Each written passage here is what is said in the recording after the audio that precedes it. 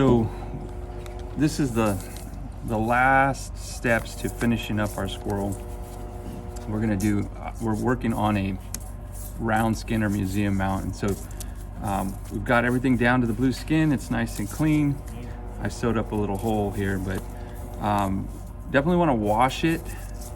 Even if you washed it just before you put it away the last time, wash it again, and then we want to dry it until the fur is nice and fluffy. If we can put this thing together wet, but then the hair is going to be stuck together, and once it's dry, you're never going to be able to comb it out and make it look fluffy. We want to coat the inside with a nice liberal coat of instant preserve, just to give a final bit of protection. I'm going to turn the head inside out here because we're going to sew up the mouth before we start to stuff it. And I want to coat that nice and good.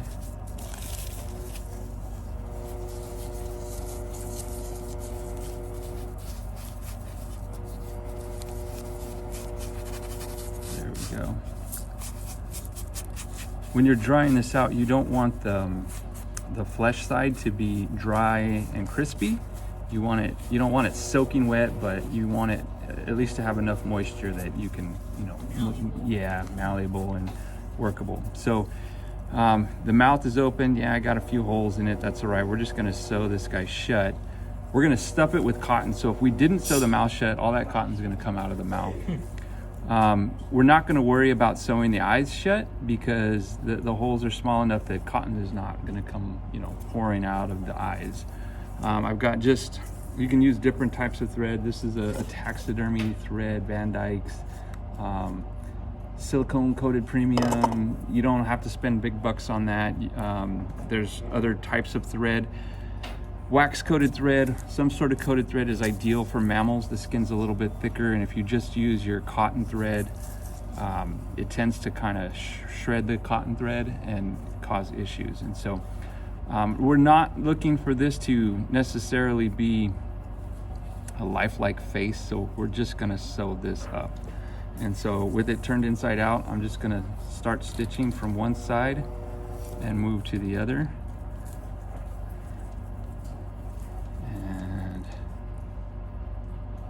I'm just gonna wrap it over.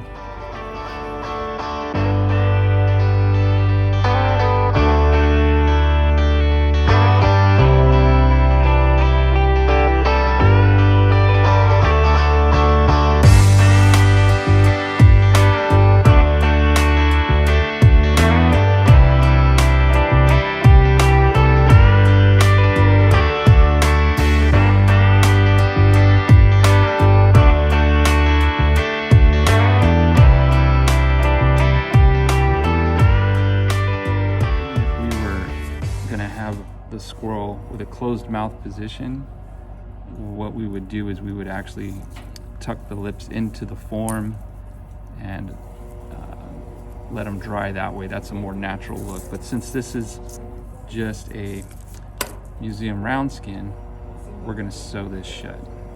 So I'm just going to tie off this last little loop. All right, so we've got that mouth sewn up, and so when I turn this inside out, we see again this is a round skin mount, right? So it's not going to look very lifelike, but we have a little squirrel face there, right? So now we need to start stuffing the squirrel. And in the case of the round skin, we're going to stuff it with cotton. In the lifelike mount, you're going to have a form, a polyurethane form, or two-part form, or one that you've made yourself out of Excelsior. So we're not gonna stuff anything in the legs. You can if you want to. I'm not gonna stuff them. We're gonna run a piece of wire through our tail, right? So we want a wire that's long enough to go all the way out to the tip of the tail, and then about half the length of the body, right? We don't need it to go all the way into the head. And so what I'm gonna do is I'm gonna just take this wire and feed it into the tail, just like that.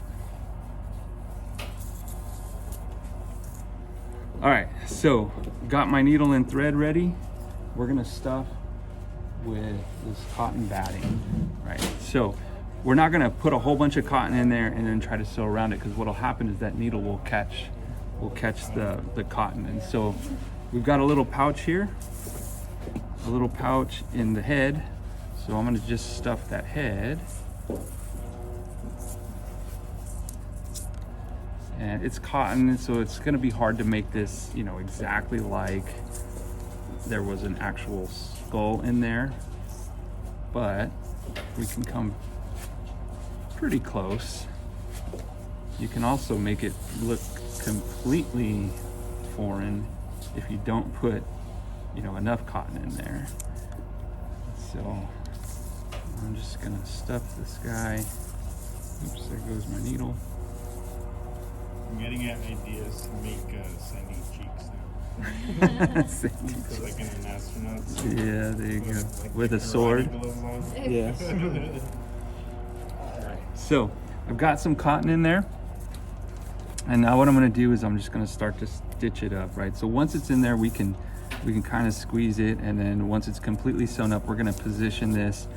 We'll card the ears so that they dry in a nice ear-like shape. We can kind of shape the neck skin, but for right now, what we're gonna do is we're gonna start our stitching. And so we want to do our best to hide any of the stitches. Now, this hair is pretty thin here, so it may not hide all that well, but that's okay. There are tricks that we can use in a lifelike mount to hide these stitches. First of all, by putting our incision in a place that's not going to be visible when the mount is done, but also, I mean, if it's really bad, we can, you know, use some epoxy sculpt to cover it up and some paint to help camouflage it. Oh, there we go, come on. And so I'm just gonna pull this through. And you don't need to make it super tight. You just need to get those two pieces of skin back together, right? And so you just put a little bit of space between each stitch, going back and forth until this thing closes up. And so we're gonna do that until we get all the way there.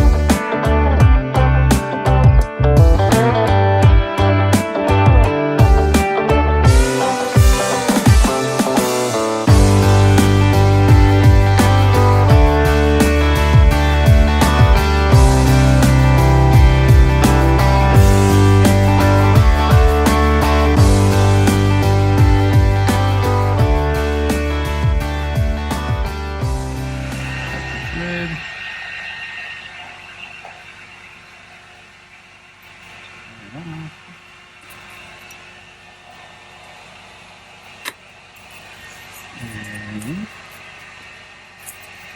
we're going to shape the legs here. Pin them in position.